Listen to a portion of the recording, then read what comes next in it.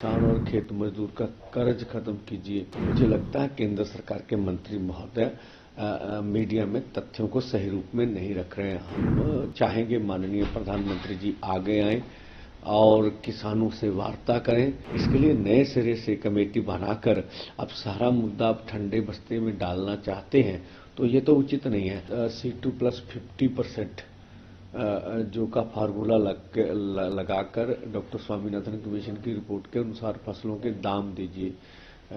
किसान और खेत मजदूर का कर्ज खत्म कीजिए। लखीमपुर खीरी देखिए अभी 1 महीना रह गया।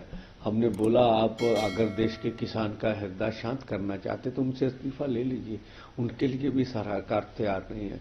दूसरी सभी केस वापस लेने हैं। बिजली संशोधन बिल है और पोल्यूशन एक्ट से किसान को निकालना। फसली बीमा योजना है जिससे अपने दम पर सरकार करे। नरेगा है, मजदूर की 200 दिन 700 रुपये दिहाड़ी है। विश्व व्यापार संस्था से भारत बाहर है। 11 मेंबरी जो सूत्र ये मांग पत्र है।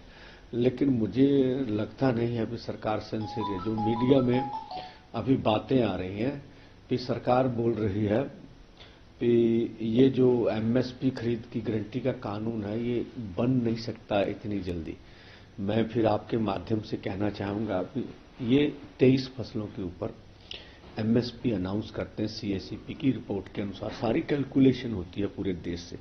तो जिन फसलों के ऊपर आप MSP दे रहे हैं पहले से अनाउंस करते हैं, कुछ की खरीद करते हैं, बाकियों की खरीद नहीं करते। हम तो इतना ही कह रहे हैं ना, उसके ऊपर लीगल गारंटी दे दीजिए भी उस MSP से नीचे हमारी फसल ना बने। तो इसमें कमेटी का तो सवाल नहीं है। CACP की रिपोर्ट आपके पास है, आप पहले चीज अनाउंसमेंट कर रहे हैं।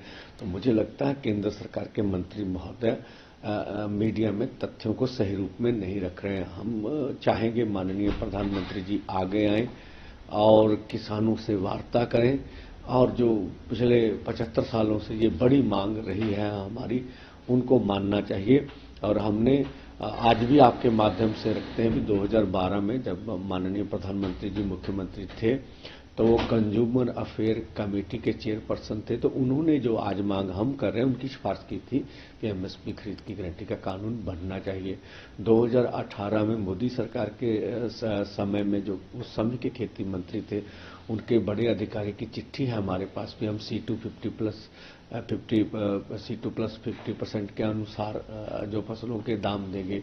और जबलपुर हाई कोर्ट का निर्णय भी हमने उसके सामने रखा। तो कोर्ट में कोई भी जब मैटर जाता है तो वो पूरी कैलकुलेशन होगी भी आपकी फसल पे इनपुट्स क्या हैं, सरकार का क्या पक्ष है। जब माननीय हाई कोर्ट ने बोला है तो किसी आधार पर ही बोला होगा। तो हमने पहले बोला भी आपके पास सभी चीजें थी और हैं। इसके लिए नए सिरे से कमेटी बनाकर अब सारा मुद्दा आप ठंडे बस्ते में डालना चाहते हैं तो ये तो उचित नहीं है। और दूसरा 2 साल पहले आंदोलन हुआ, आपने ये सब मांगे तो पहले मानी हुई कमिटमेंट कर ली हमारे साथ। तो अब उनको लागू करना का समय है तो फिर आप समय मांग रहे हैं तो अनाउचित है मुझे लगता है। तो ये सब अब पोजीशन है। हम चाहेंगे सरकार बल प्रयोग हटाए, आम जैसे माहौल को पैदा करे। हरियाणा पूरी तरह 161 कंपनियां लगी हुई हैं पूरे हरियाणा में। जैसे अब हमने पढ़ा जो राजस्थान है उनके 3 जिलों में भी इंटरनेट को सेवाएं बंद कर दी गई।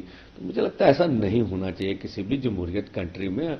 हम इस देश के किसान मजदूर हैं, हमें अपनी बात रखने दीजिए। हम आगे आपने हमारी बात माननी ना माननी एक अलग बात है। हम तो चाहे हमारी बात माने, लेकिन हमें लोकतांत्रिक तरीके से अपना प्रदर्शन करने का अधिकार देना चाहिए।